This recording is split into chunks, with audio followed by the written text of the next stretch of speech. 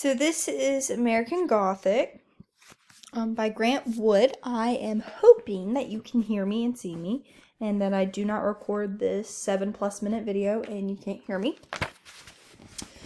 or see the screen. But American Gothic is a painting by Grant Wood. It depicts something that nobody was experiencing at the time that it was painted. It uses line, structure, and form to show this. So I'm going to go ahead and show you the painting. The painting is the one here on the left here. I'm not sure if you can see my mouse, but that is the one on the left. And then the picture here on the right shows the people that it was painted after. The man was Grant Wood's dentist, and the lady is his sister. Now, there has been lots of controversy over the years of what the man and women represented relationship-wise, if it was a father and daughter or if it was a husband and wife, but that is not the point of the painting. So, some important background information is that something super significant about this painting is that it was painted in the year 1930. Now, in October, specifically October 24th, 1929, the Great Depression started, and it's estimated about 70% of America at that time lost everything they had, their homes, they didn't have food, and it even got so bad that they were getting rid of their kids. And so, it's very important, a very important piece of it is that this painting was painted of what could be a husband and wife or father and daughter in front of a significantly nice house. And they're farmers, and farmers at this time were hit very, very hard. They were hit hard all the way through the 20s after World War I ended in 1918. They had a surplus amount of food from growing everything for the war effort, and the war was over. Not all that food was needed. They weren't making money off of that. They had more than they needed, so the prices dropped. They had more land than they needed, so they were still in great debt, and then the Great Depression happens, made them in even more debt for the farmers. And so not only is it just a family, it's a farming family that specifically does crops. You can tell from the hay fork or pitchfork in this painting. So this painting was an oil painting. Another painting that is an oil painting that's famous that you probably do know of is the Mona Lisa. That's another oil painting.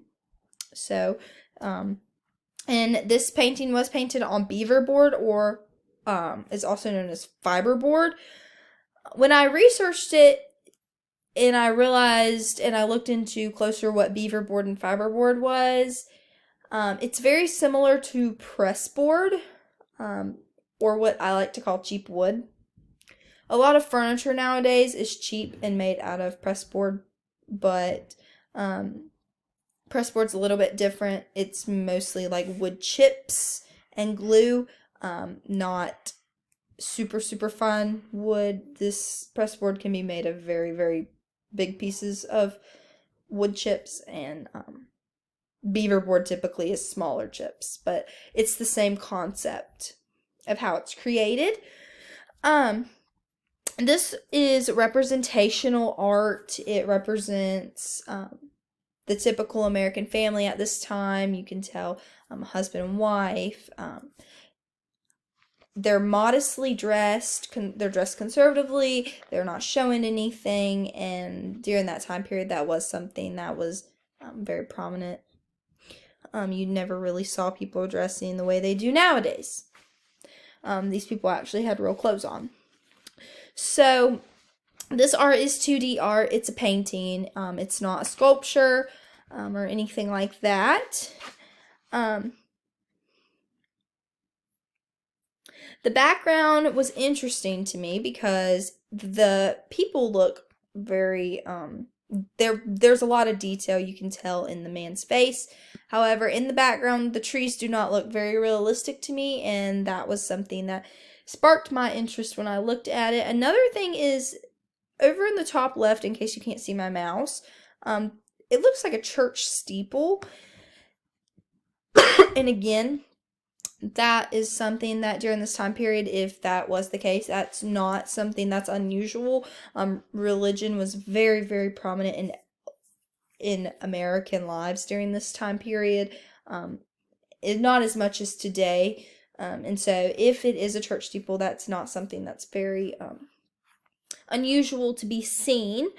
There is, along the same colors used throughout the painting, there's whites, the same kind of shades of white, the same shades of green, the same shades of navy and brown in the pitchfork and in her dress, navy in her undershirt and his jacket, white in the house and the collars and the shirts. There was a sense of lines used throughout this. I talked about that at the very beginning. You can see that in the roof of the barn, the sides of the barn, the sides of the house, the roof of the house. You can see it in the pitchfork, the lines in his shirt. They're all vertical lines. And that also creates repetition, and which cuts the amount of chaos going on in the painting.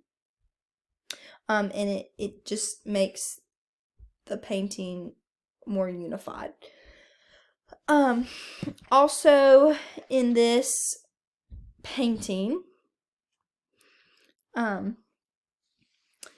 it is very, very balanced. It's not symmetrical, but it works and it's balanced. And I think it's done through colors and repetition. And so yeah, and let me find my next notes. I have about 10 pages of notes. Make sure I hit all of the bullet points. Theory. So I could not get to the link that you gave us, and I tried to email, but I think my email's messed up. And so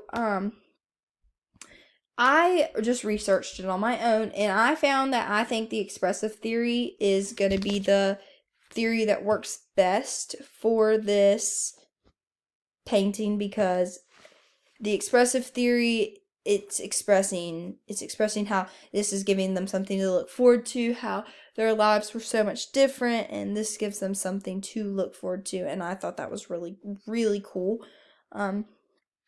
That this does give them a sense of hope, because during that time period, whenever you lose everything, you have no hope that you're going to get back to that, especially as an adult whenever you lose your job. And people couldn't find jobs during the Great Depression either, because employers didn't have money to pay workers. So I learned a lot through this project about the Great Depression as well, which I thought was really, really cool. And then I'm missing one page. Oh no. Please be patient with me.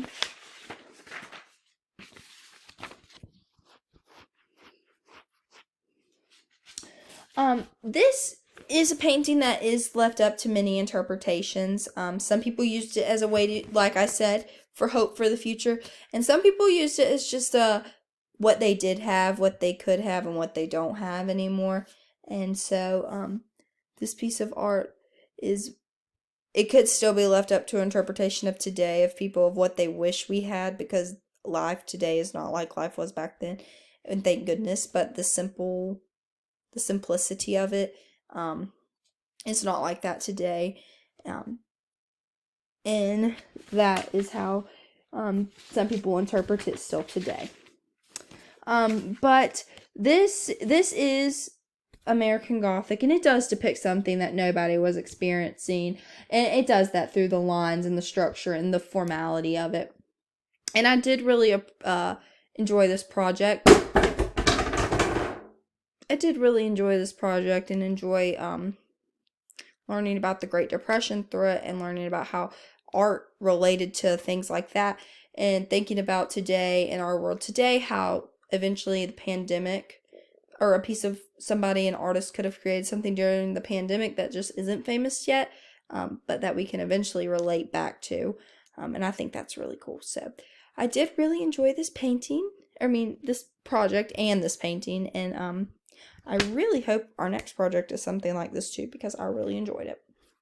So yes, this is American Gothic by Grant Woods.